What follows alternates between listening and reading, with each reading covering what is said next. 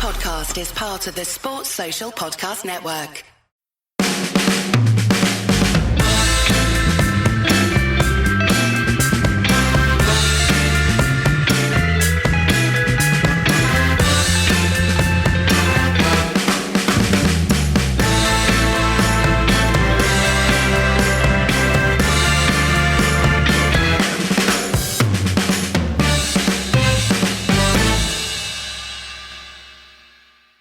So, Paul, how are you doing? Are you like Van Gaal's players, Horny?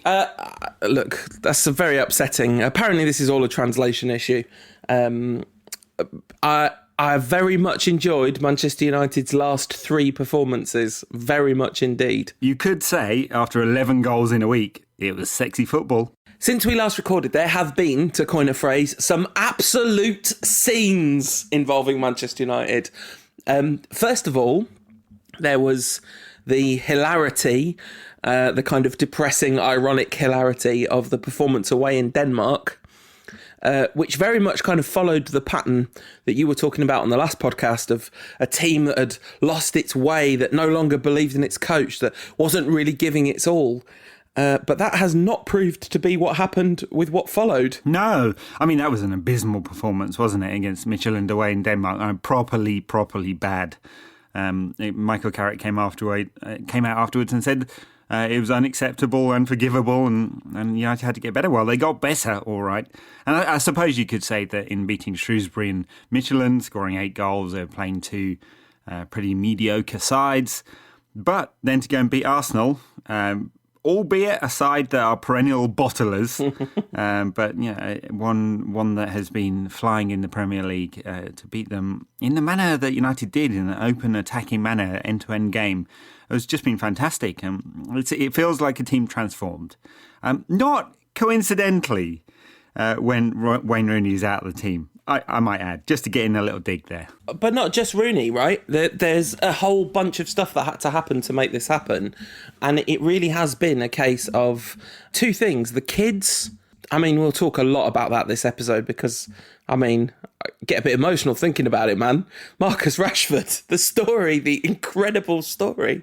There's been the emergence of Memphis, which I think is not unrelated to Rooney's absence and indeed Martial's absence, because I think he was emboldened by that in a way, and probably emboldened by Andre Romer's complete inability to deal with him.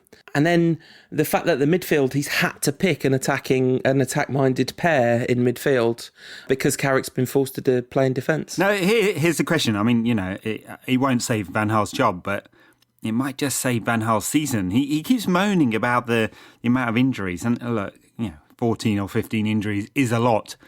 But this might be the best thing that has happened to Van Gaal in his 18 months at United. Well, the best thing since the last time injuries and suspensions forced him to radically rethink the team. Yeah, and that's the thing that really worries me, because when everyone is back, Fellaini and Rooney are back in the team, aren't they? I suspect not Fellaini's case. I suspect not, but it'll be fascinating to see what he does when Rooney comes back. But it looks like that's going to be very much the tail end of the season. Yeah, it does, yeah. So we mentioned Midtjylland away, Midtjylland at home, and you mentioned Andre Romer. Now, let's just have a moment's silence for the lad, because when you've died on the pitch that badly, the poor kid, it deserves some respect. Okay, all right, just that much respect. But I want to talk about. He actually made 7 tackles in the game. It's the 57 other times that Memphis skipped past him that absolutely ruined him. Memphis completed 15 out of 19 dribbles. Romer was dribbled past 11 times. 11 times! I have legitimately never seen that statistic before. I mean, it's the kind of thing that makes you rethink your life, let alone your career. So the thing I really wanted to talk about was the perfect Meg trick, right? So this was 3 times that Memphis megged him. One was a standard meg, second one was a Rabona meg, and the third, the coup de grace, was a backheel meg. Just awesome. The perfect meg trick. That is amazing. So to take this in chronological order, Midtjylland had us all thoroughly depressed and thoroughly LVG out, and his behaviour after the game was just classic whiny Van Gaal when things aren't going his way. Blamed the law of Murphy. Which, fair enough, De Gea was injured in the warm-up, but that really seemed to shake the whole team. And as was, Midtjylland played okay, and they were pretty well organised, and they were dangerous on the counter. But boy, did United make them look dangerous on the counter. Well, exactly, and actually Romero had a very good game. Yeah. It could have been more embarrassing, but for a few saves that he made. Yeah, the thing is, United actually started reasonably brightly, didn't they? And it was just the last 89 minutes of the game that they were terrible. No, less than that, but really got worse, especially in the second half. And look, this is a team not of amateurs, but of players that wouldn't make it at top clubs anywhere else in Europe. They're a pretty unique team, and they were very well drilled. And in fact, the big threat was supposed to be on set pieces. United kept giving away set pieces as well because they were so under the cosh. But then we kind of had the perfect opponents to bounce back from that, right? Because Shrewsbury 21st in League One, by the time we played them, and they looked it. They just offered nothing. But it was a real chance for United to get some confidence back. Mata was absolutely brilliant. 8 key passes. Quality of the opposition is very low, but United have really struggled against a lot of opposition this season. It was just nothing to write home about, nothing to get excited about, but just a good, solid, confidence-building win. It was, yeah. I do wonder whether if Shrewsbury had attempted to take the game to United a bit more, whether they would have got some luck. Who knows? I guess it's perfectly sensible enough to think that an underconfident United could be held at bay, and going for a replay was fair enough by packing men behind the ball. They just didn't really give United any trouble and stood off, and United were able to pick them apart, and especially Mata. And what was kind of interesting is, all season long, teams have been getting a ton of joy by sitting really deep and defending really deep against United. But because of those injuries, it forced Van Gaal to restructure the team into one that was actually designed to get through the lines, to break down using those clever passes, like having Herrera and Mata right in the heart of the action was absolutely crucial. Herrera had been abysmal in Midtjylland as a Mata in Denmark, but they both really came into their own against Shrewsbury, which is nothing. But you got a great balance to the team there. You've got Herrera, who's able to push forward, Schneiderlin, who will cover if needed, but had plenty of energy. You've got an actual number 10, tons of pace on the wing, and Martial up front is a great number 9. That's just a great balanced team. And Varea and Borthwick Jackson both bombed on from the full-back positions as well. Yeah, and the Van Gaal debut train continued with Joe Riley coming on at half-time in that game. And then he started, didn't he, against Midtjylland at home, where Riley and Varela were both absolutely superb. We've played so many left-backs this season. Right, so I think it is Shaw, Blint, Rojo, Borthwick Jackson, Darmian, Riley, Fosu Mensah now as well. Januzaj played there for 10 minutes in a game. Ashley Young. Have I missed anyone? I'm sure Wayne Rooney did a stint there at some point, didn't he? That's 9 left-backs. We've definitely never played 9 left-backs in a season before. No. I guess unfortunate injuries and some tinkering going along there. And of course, we're forgetting Tyler Blackett, who's not played this season, but is at Celtic on loan. So he'll be coming back, I guess, in the summer and be another option there. And Marcus Rocco, did we mention him? I said Marcus Rocco. So yeah, Shrewsbury was a really comfortable win. We finally picked the right sort of team to break down a lower quality, deep-lying, narrow defending opposition. The team's balance looked right. And because of the injury crisis, Van Gaal wasn't able to mess with it too much. And we got Midtjylland at home. By half-time, it looked like we'd just hit the post, missed a penalty. They'd scored first, and it didn't look particularly difficult for them to score against us. Starting to get really worried by half-time in that game. I think I tweeted, I'm not sure this is our day. Well, yeah, and it didn't look like it for quite a long time. So 4 goals in the last half hour or so. Less than half hour, in fact. And I guess that put a flattering spin on it. But, United actually did make something like 25 chances in the game, 15 shots on target, something like that. Absolutely. Which is just completely unheard of for a Van Gaal side. So ran riot again. Mata was pretty good. Rashford, obviously, a dream debut. I guess there are lots more to talk about with him, but a couple of goals there. Depay, absolutely magnificent, we've mentioned. A very good central midfield axis, Schneiderlin and Herrera. It just, it clicked again. Again, balance, not just too defensive. Just feels like with Herrera in a sort of number 8 role, feels like that's a more natural role for him than the number 10 role. And it's so nice to be talking about this after the Arsenal game rather than speculating on what it means for a team against theoretically a proper team, because it worked again against a proper team, because Midtjylland didn't offer anything in that second half. And you say we've talked about Memphis, and we have, but it definitely warrants a word or two more. A genuinely magnificent performance, and you can only beat who's in front of you, right? But he struggled plenty against opposition that week before, and you could see in the Arsenal game how much confidence he'd taken, because it wasn't just that he played well, it was that he ran the show. He was the main man on the pitch. He was, the Man United number 7 he was signed to be. I'm sure he'll have plenty of bad games to come, but it was real evidence of the vast level of talent that he's got. Right. I've never been so close to crying after a match as I was today, said Roma after the game. Memphis is the best player I've ever faced. That poor kid. It's difficult to do anything about it. Well, and, very true. I'd have had a cry after that as well, I think. No doubt. Absolutely no doubt. Skinned 11 times and got sent off. I mean, it was probably mercifully got sent off, to be honest. Yeah. Never as a sending off more been just like, oh, don't want to do this anymore. This is rubbish. Football. Whose idea was it to become a footballer anyway? Yeah. Well, look, afterwards Van Gaal said that he called Memphis out, said it was a magnificent performance, said he really hopes this is a new beginning for him. I mean, is it? It could be, because he was pretty good against Arsenal as well. I hope from the bottom of my heart, said Van Gaal, in that way that still... I still find part of him really endearing, even though he's done a ton of things which have really wound me up in the last week.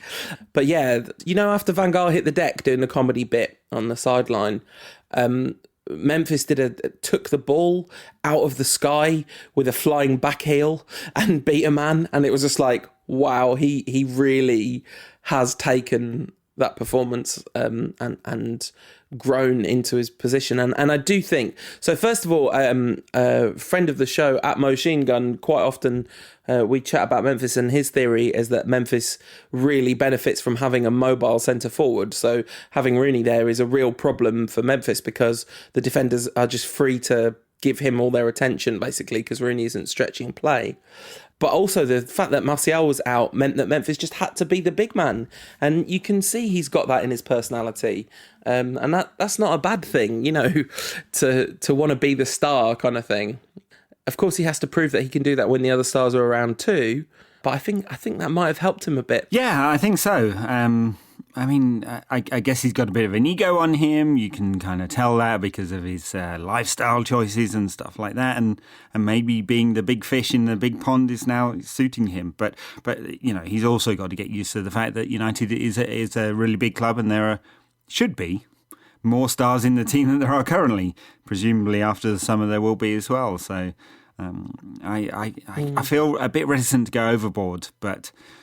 he had a great game against Midtjylland, not a bad game against Arsenal, a very different type of game. Of course, United didn't have a lot of possession, but he did a lot of good things anyway. Maybe it's a new start. Hopefully so. And the two fullbacks against Midtjylland, absolutely superb. Varela, rampant, and Riley really impressive as well.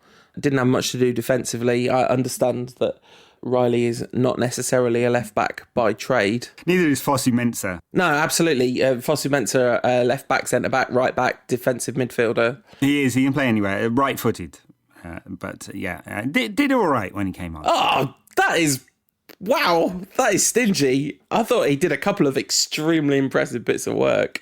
There was one point where he gave the ball away in a slightly dangerous area, but that was just after he'd done an absolutely brilliant tackle to break up a counter-attack. Yeah, if there are any more injuries, we'll have to not dip into the under-18s, but the under-14s or something. It's kind of ridiculous. I mean, the players now, Rashford and Fosu Mensah, have barely played for the under-21s. They... not exactly established there, and I guess given all the doubts about United's academy, maybe things aren't quite as bad as we thought. No, absolutely. There's obviously a huge amount of talent there. Nicky Butt's been appointed as the director of the academy, right? The old Brian McClare job. He has, yeah, which was pretty weird, given that the word on the street was that he definitely wasn't first choice. And he's been at the club for the last 10 months, so if he was first choice, it wouldn't have been hard to appoint him, right? But hey, look, it's great. One of our own. Many clubs around Europe do this, Bayern Munich, Ajax, and so on. I think it's a great appointment. I hope he goes on to prove that they should have given him the job full time almost a year ago. Yeah, and I think, there's the kind of cynical take which says that, well, actually United are in a bit of a circus and they couldn't attract their first choice candidates. And the other thing is maybe he's just been impressing while he's been doing the job. Maybe he's caught some people's eye. Or to get even more cynical, he wasn't the first choice, but hey, he's cheap. So, and quote unquote, the Glazers don't see the academy as value for money. Apparently not, but they sure do now, all right? Because Rashford's debut against Midtjylland was, I don't know. I wrote something for you, Max, after the game about the sheer joy of that game, the kind of like, okay, so if United's cycle at the top is over, well, it's a real shame that it's been killed by mismanagement and corporate greed, but there's still loads of joy to be found in a game like that, because it's nothing opposition in a competition that doesn't really matter that much, or that game isn't going to make much difference to that. Whether that game's 5-1 or 3-1 doesn't make a difference, But there was something about the combination of like just this Memphis' amazing performance, Herrera's wonderful penalty after all the stick he's taken recently, and then just Rashford jumping into the crowd in the south stand up on the other side of the tunnel from the Stretford end. He did that with his first celebration in a kind of instinctive manner, and then he found himself running in that direction again, and you could see the thought on his face of like, I better not jump in the crowd again. What the hell, I'm going to jump in the crowd again.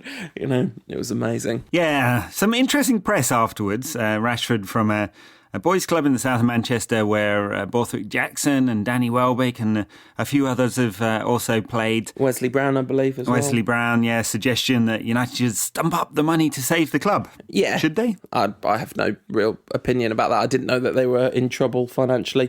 How about Danny Welbeck stumps up the money to save the club? I'm picking on him because he's a traitor who betrayed us, so should be punished in some way. Danny who? No idea who this fella is. He was invisible enough in the second half, wasn't he? He was playing? He was never any good. He scored a goal, let's remember. Yeah, but Rashford, how did you feel watching Rashford? You've seen a lot of United players come through the ranks and make their debuts. How did that one get you? Well, it was pretty special, wasn't it? So I've had Marcus Rashford as my prediction of Academy Player of the Year 2 years in a row now. Right. I was just going to do it every year until he actually won it or was in the first team. He's going to be the actual Man United Player of the Year at this rate. Yeah, after 2 games. Well, he's got a 400% strike rate or something, doesn't he? But look, he's always been talented. He hasn't always played as a striker. Played right across the front line, often in a slightly deeper position, but he's got loads. He's got pace. He's obviously very composed. I think that the fact that he's willing to take on players, nearly won himself a penalty today, didn't he?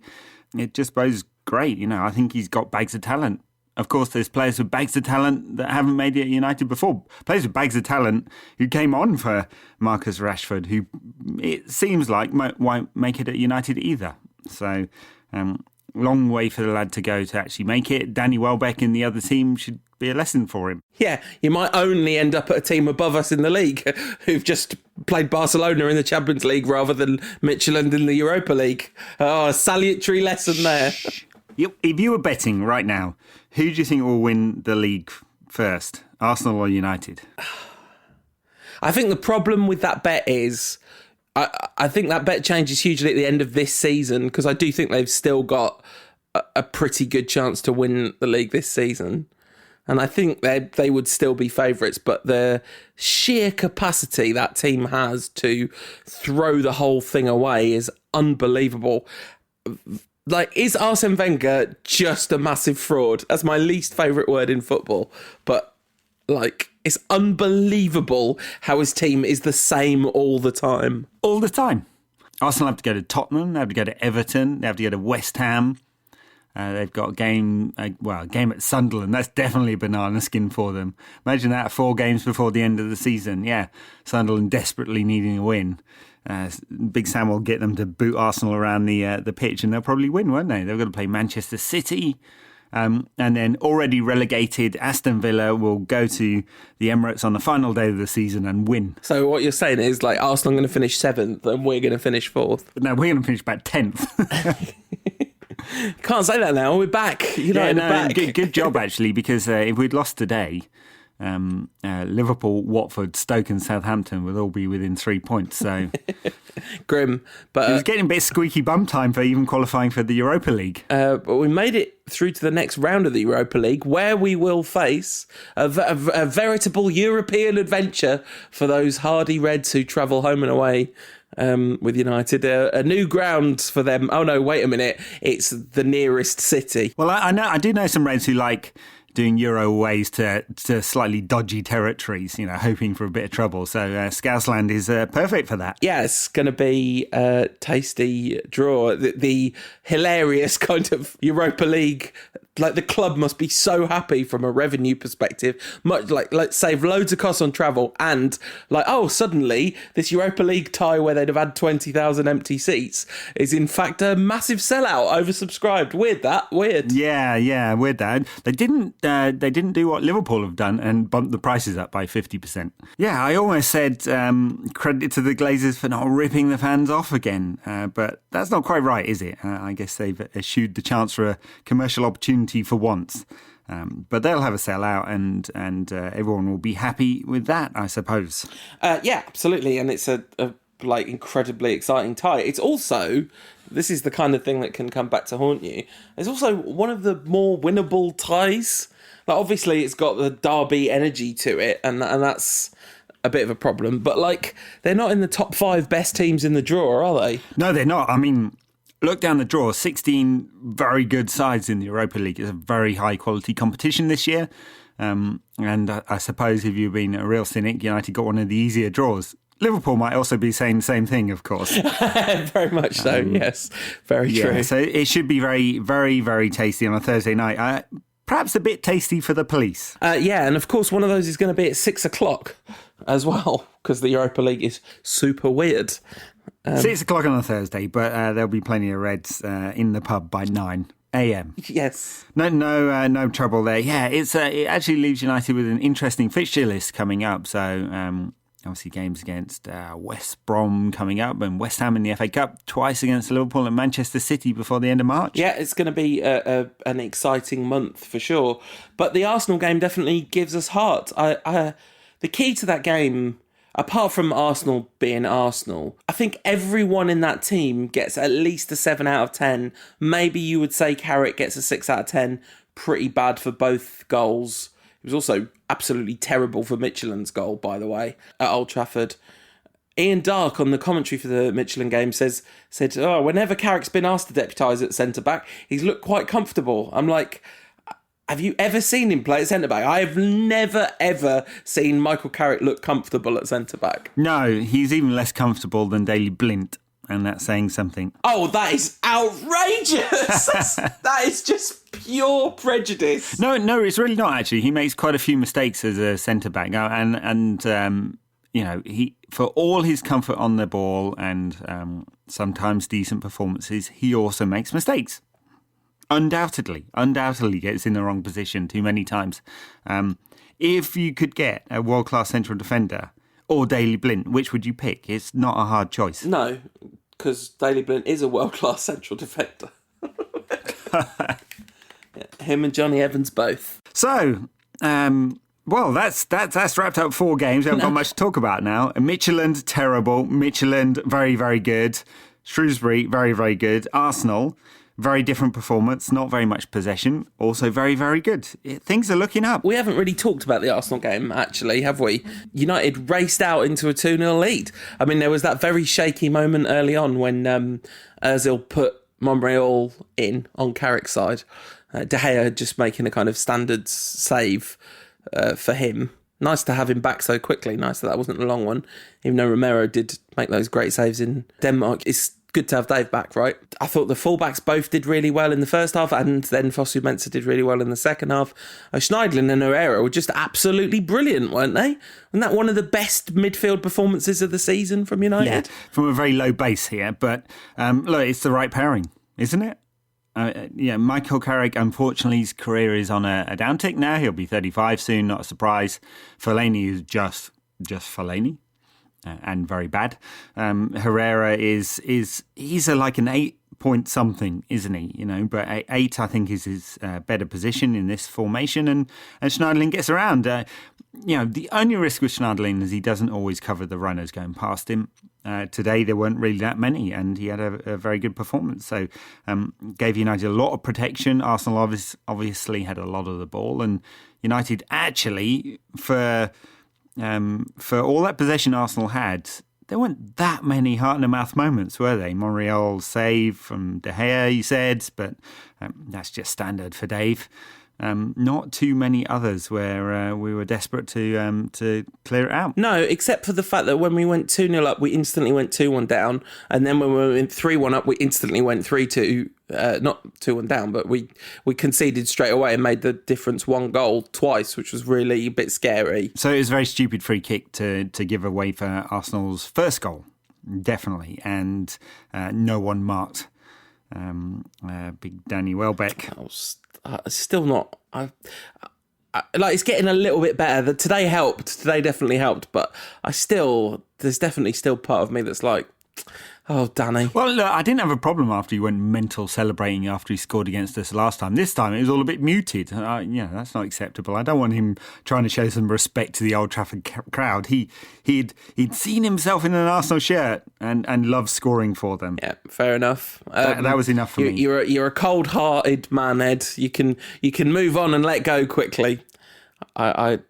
Danny, I will always have a soft spot for Danny Welbeck. It's impossible not to, but it was a bit annoying when he scored, especially, but it was quite nice as well that at half time it's 2-1 to United. All the goals scored by United Academy centre forwards, like literally all the goals in that game scored by people from the same junior football club. Yeah, indeed. So let's talk about Marcus Rashford. Wow. Coolly taken first goal. I mean, obviously Czech got a hand on it, but he's not panicked there. A lot of young players would have panicked there. Very fine header for the second after a nice piece of work from Jesse Lingard. Had another good game, Lingard, I thought, on the break. Always loads of energy and production. Just looks like a natural finisher. Pace, movement. I think it really helps Juan Mata when there's someone with movement ahead of him. Yeah, and Memphis. So, with Martial brilliant and Rashford looking like he deserves a place in the first team picture, how exactly does Wayne Rooney get back in the team? I mean, if Van Gaal just brings Rooney straight back in the team, that's kind of a disgrace, really. Really, Rooney should just be a kind of backup for the rest of the season now. And that's not my anti-Wayne Rooney tirade. That's just the fact that Rooney takes a long time to come back from injury, and there's just no need. We'll see what happens. Maybe Martial and Rashford will dip off in form dramatically between now and the end of the season, and actually it'll be really helpful to have the kind of old, wise, shrewd head as we're battling for that glorious 4th place trophy come the end of the season. But there's no reason right now. If Rooney was fit next week, it'd be madness to play him. Yeah, he won't be. I mean, there's reports today that he may even need an operation on that knee. So it could well be out for some time and threaten his place at the Euros, because he was certainly going to light up the Euros given his form this season. Anyway. So we've got loads of Rantcast questions about Rashford.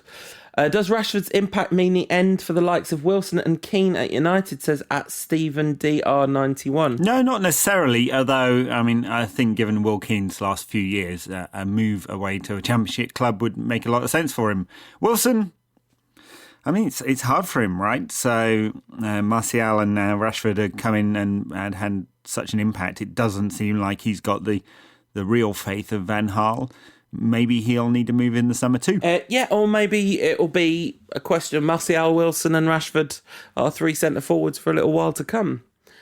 At Machine Gun says, is Marcus Rashford loads better than Cristiano Ronaldo or just slightly better? He definitely gives more endearing post-match interviews, that's for sure. Well, yeah, so if Marcus Rashford was in the Real Madrid side, perhaps they'd be top of La Liga. Is Marcus Rashford the greatest player in United history? Asks Corey Chuhan. Well, he's definitely up there when it comes to most consistent players in United's history, isn't he? Just look at his strike rate. I mean, yeah, just retire now, mate. As everyone said, 122 minutes to equal Radamel Falcao's total goal tally at Man United. At Match the Dan says, should Rashford be president of the world? Yes, or definitely. Might be a bit much pressure, but I'll go with definitely. I thought it was a really interesting game, and in a way it was quite a vindication for Van Gaal, because he didn't do what everyone wanted him to do against Arsenal, which is like just rough him up a bit and hit him on the break. He did kind of play it his way to a certain extent. But how much possession did United have? I haven't looked at the data. 39%. Oh, wow. See, that's another game where our better footballers come when we haven't got the ball. You know, in a way, you'd say, well, some credit to Van Gaal here. We've given him so much criticism this season. He's mixed it up when United really needed to. The cynical part of me says that he had no choice. And it's the players that have shifted the system, not Van Gaal. He's responded well to crisis, Van Gaal has, which he's done all the way through his time in United, actually. But the problem is Plan A is so terrible. At Ryan Dino 7 says, who will beat Sir Bobby's record first, Rooney or Rashford?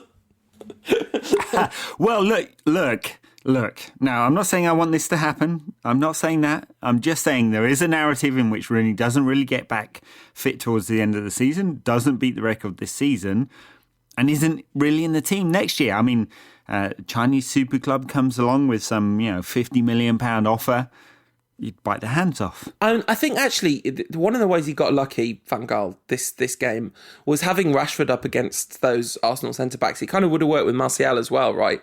That they're not great against little, nippy, pacey attackers. Are you saying they're not so mobile? Exactly. Well, Mertesacker, right? That's built like a tank, turns like a tank. Yeah. And Arsenal are also in terrible form. They've scored 6 goals in their last 8 games. And one of those games you kind of have to write off because it doesn't count because it was against Barcelona. But they've not been playing well, and they're just so Arsenal.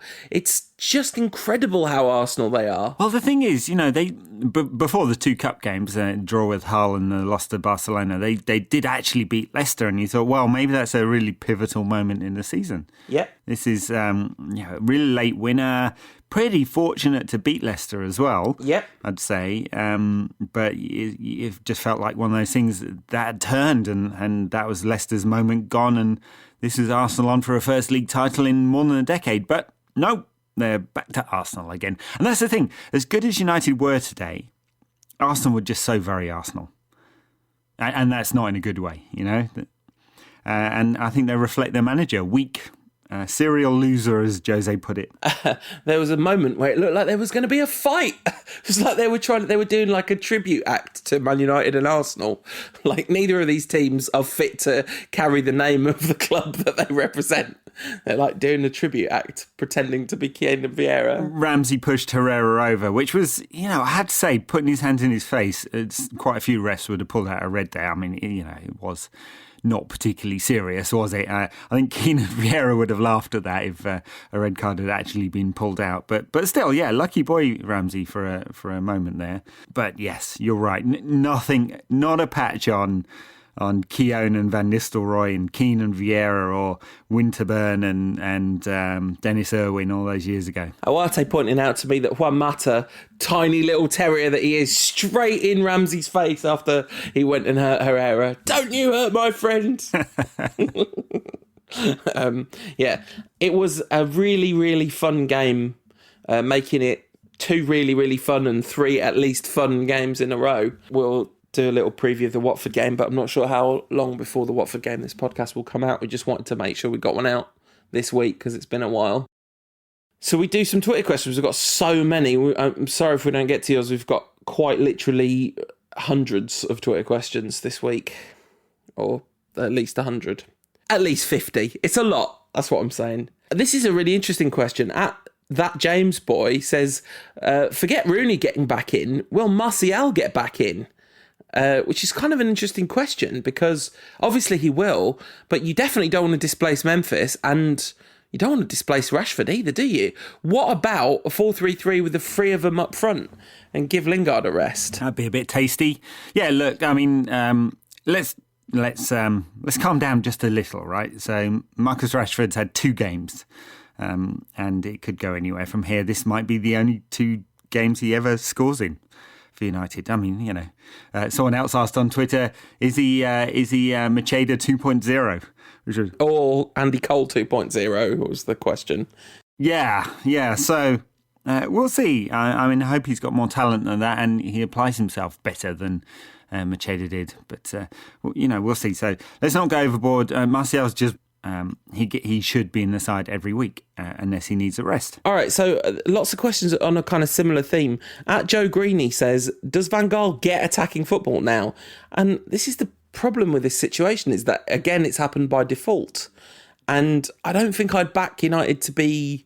I'd have been surprised if United didn't have any peaks between like last week and the end of the season. But I'm also going to be surprised if we sustain this peak because that's never happened under Van Gaal. And if he does sustain it, then we can have a different conversation about him in the future. Fully agree there. I mean, it's like having that conversation about Wazza when he was in his purple patch. You knew it was going to end, this time by injury, but it always does. Van Gaal, I mean, what's our longest run of great football? 4 games. 4 games, right? So we've got one more game coming up and then West Brom will beat us next Sunday. Yeah, I mean, that's like the Hawthorns. They're in good form. Yeah. So, I mean, look, it's a tough one. It's really hard. I mean, everyone feels great because they've scored 11 goals in a week, won 3 very important games, through the next round of 2 cup competitions and back in the hunt for 4th place in the Champions League and beat Arsenal, you know.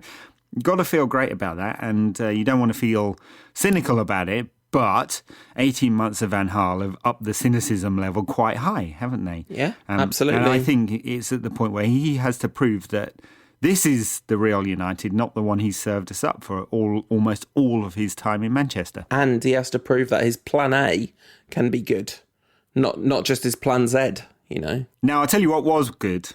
Van Gaal's diving. At Jeff Peckar 17 saying, should Mike Dean have been sent off for the terrible challenge on LVG? I mean, that's the Van Gaal we thought we'd get, right? Loads of kids in the team, loads of free-flowing, nice attacking football movements and crazy touchline antics. I mean, it was just brilliant. Yeah. And he was right as well, actually. Alexis was throwing himself all over the place.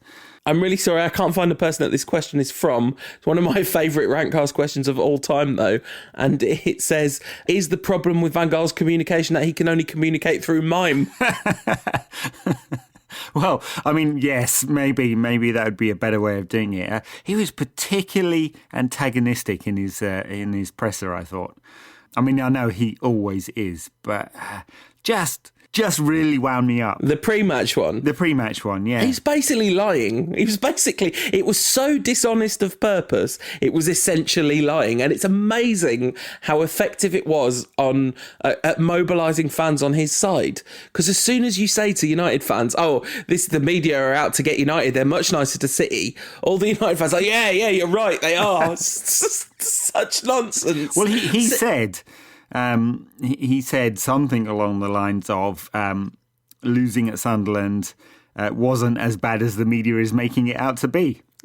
No, it was every bit as bad. In fact, worse. It's absolutely incredible. He was asked about United's inconsistency, and he said, "No, it's you who is inconsistent." It's like, are you a child? You're a grown man. No, that's right. If he'd replied to Neil Custis with "your mum," exactly, it would have been as grown up. He basically did. But you know, he was saying, he said, why haven't Manchester City got a lot of criticism for their losing 5-1 to Chelsea? And the journalist said, well, it was kind of, people would say that's a second team. And he says, what have I just put out with a second team? And it's like, well, your second team's better than your first team because you make terrible decisions, you know. And actually, I haven't read a ton of paper coverage, but I don't think I've listened to a podcast about football that hasn't been incredibly critical of Pellegrini for chucking the FA Cup. You know, so I just think it is it's deflective nonsense on Van Gaal's part. It is. And that question about mime came from @Graham Lavery. So credit where it is most definitely due. Here's another question who I can't quite find who asked this one, but it's one for you, I think, Paul. Is Marcus Rashford that guy?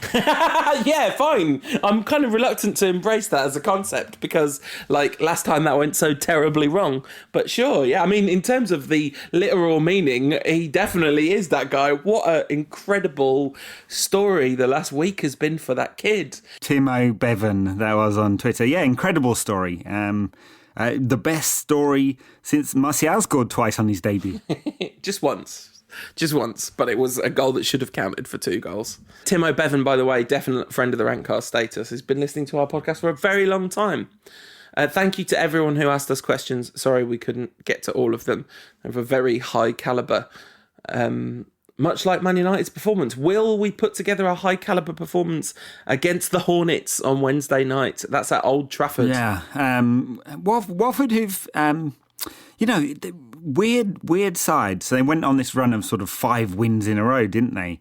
And then lost 4 in a row and sort of been up and down this season. I guess, as you'd expect, they're overperforming really as a promoted side.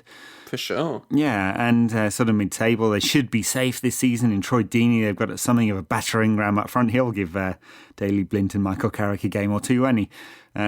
So you don't quite know what to expect from them, but it's definitely going to be an interesting game. I guess it's one of those classic ones that we'd be worried about not 3 games ago. Igalo's fit, and you say Deeney, they have a kind of battering ram, and they do, and he's perfectly offset. They are a real strike partnership, and that'll be what's kept Watford up in the division by the end of the season. Whatever happens between now and the end of the season, they're not going to go down, are they? Probably. Take a real freak run of results for that to happen. Igalo looks absolutely superb. Kind of a revelation. He was briefly in Serie A, but then he played lower league football in Spain for a bit because of the Pozzo's weird ownership situation. A very, very fine player indeed. Was impressive at Vicarage Road against United, where that was when Bastian Schweinsteiger earned us a vital point and 3 points at the end of the game with his tremendous... That was like, I think...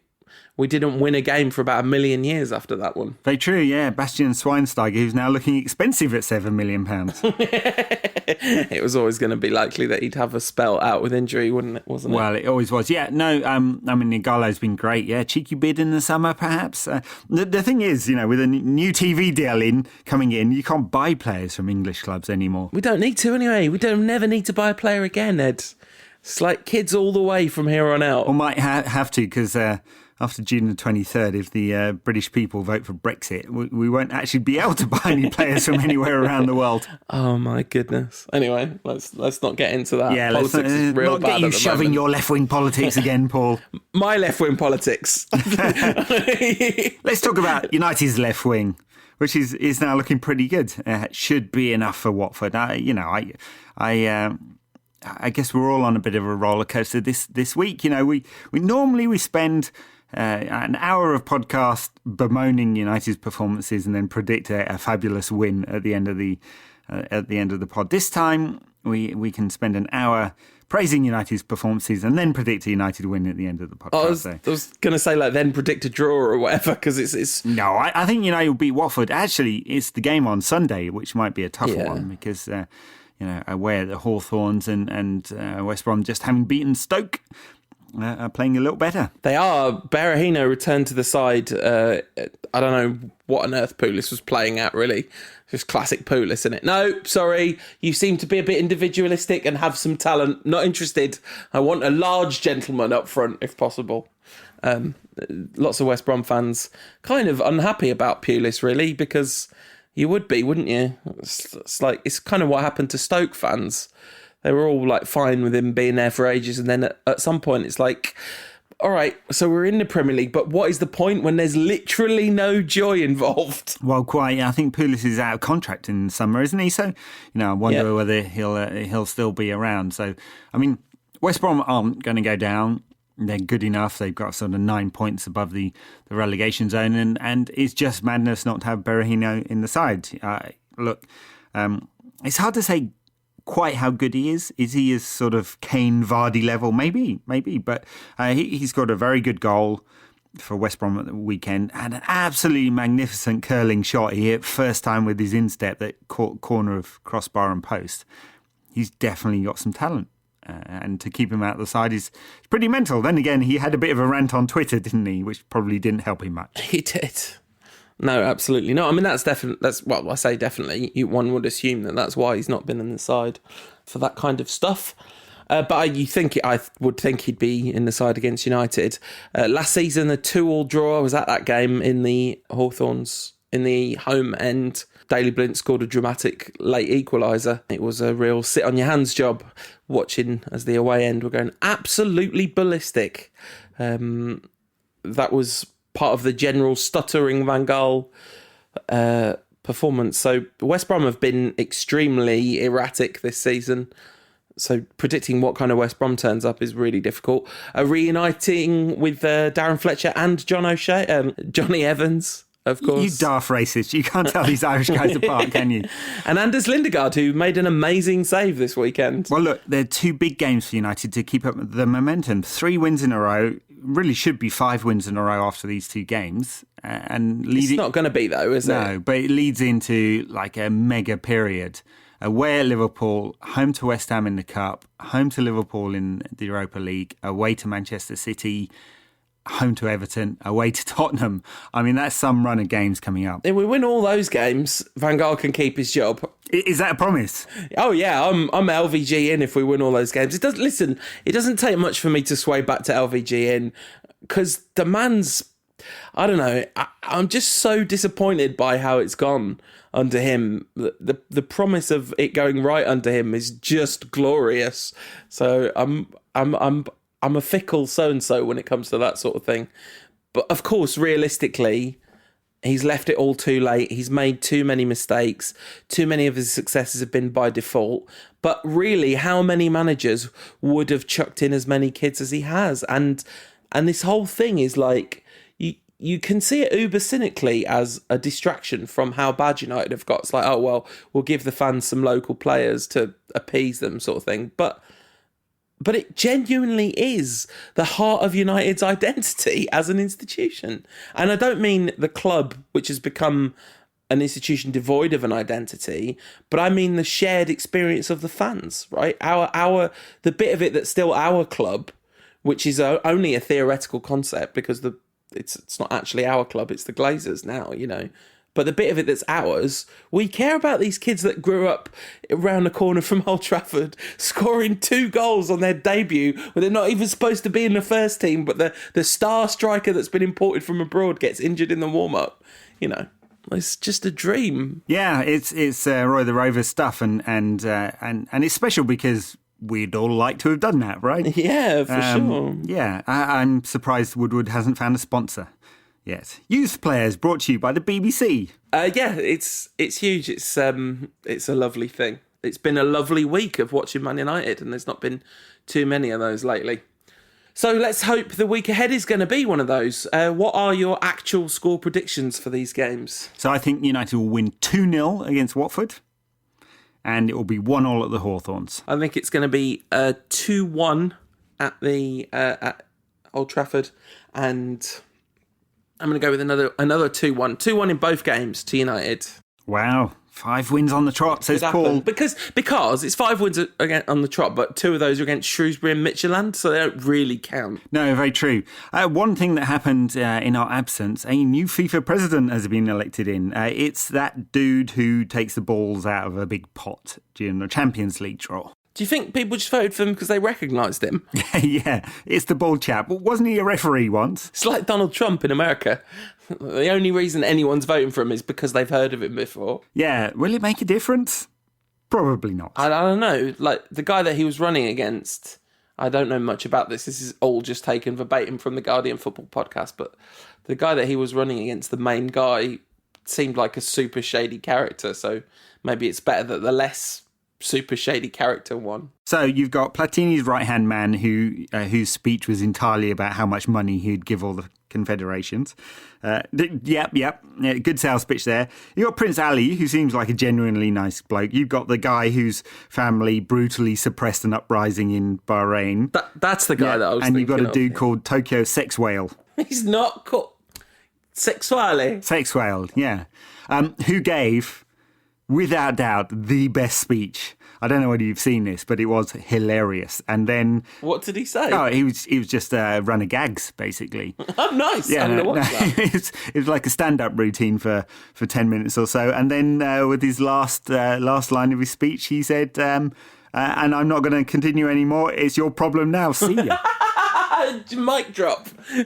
Mic drop. Is he like, what's the deal with FIFA? Why? Hey, you walk into the building, they give you a bag of money. It's great. Yeah, it was very good. Much like United over the last week. Let's hope it continues, eh? Yeah, let's. Elsewhere in the world of football, Tottenham and Leicester both won this weekend, which is sort of hilarious. Tottenham might win the league. It was funny to think that Leicester would win the league instead of Arsenal. It's downright hilarious to think that Tottenham would win the league before Arsenal. That is an absolutely magical prospect. Just how nuclear would Piers Morgan go? I think he might actually combust, which would be quite entertaining. I worry about the lads from Arsenal Fan TV. I mean, I just worry about the lads from Arsenal Fan TV in general, but I'm not sure how they would be able to take that. The other thing that happened was Man City won some trophy, but that doesn't count because they just bought their way to success. So they're not... 9 trophies in their first 130 years, 5 since they were refounded. The rebirth of City, and none of them actually count. Financial doping. But the problem with that line of argument is it means that Liverpool are the League Cup champions. I'm not having that. Yeah, never liked that chap Klopp. Anyway, look, we've got a couple of good games to look forward to. Watford and then West Brom. And then a really brutal run of fixtures. So let's enjoy it while it's good. Well done, Marcus Rashford. I'm pretty sure I remember when he asked me to give him a shout out when he was about 14. Oh wow! So just remember me, Marcus. You know when it comes to like doling out the millions you're about to make. Where did he ask you to give him a shout out? In what format? On Twitter or the blog? I can't remember now. Along with a whole bunch of others. That is absolutely beautiful. Yeah, indeed. So the kid that asked you for a shout out has now scored a brace at Old Trafford twice. And I do wonder where my life has gone wrong. But it's fun watching it anyway. Yeah, for sure. I was thinking about this actually. Sorry, I know we're trying to wrap the show up, but I put a tweet about this that I always thought growing up that it would be sort of upsetting for a kid half your age to score a goal at Old Trafford, and you'd think, that would somehow make you feel really old or whatever, and it wouldn't be a nice feeling. But actually what's happened now that that's really happened is it just feels super like paternal and happy about it. It's just like lovely seeing these kids all happy and the passage of the generations and the circle of time and all that kind of stuff. It was just really nice. Very good. He's also less than half your age. So... All right, yeah, true. Undeniable true. And quite a lot less than half your age. This is true. I am very old, but hey, that is the passage of time, and it's time we wrapped up this podcast. So thank you very much for listening, everyone. In the meantime, catch me at United Rant on Twitter, Paul at UTD Rantcast. We are facebook.com/United Rant. You can leave us a review in iTunes. We haven't begged or asked you to do that for a while, but it helps other people who like listening to podcasts find it. So go do that, and we'll be very grateful for it. Yeah, and also watch Paul's House on YouTube. Thanks. Okay, bye. This podcast is part of the Sports Social Podcast Network.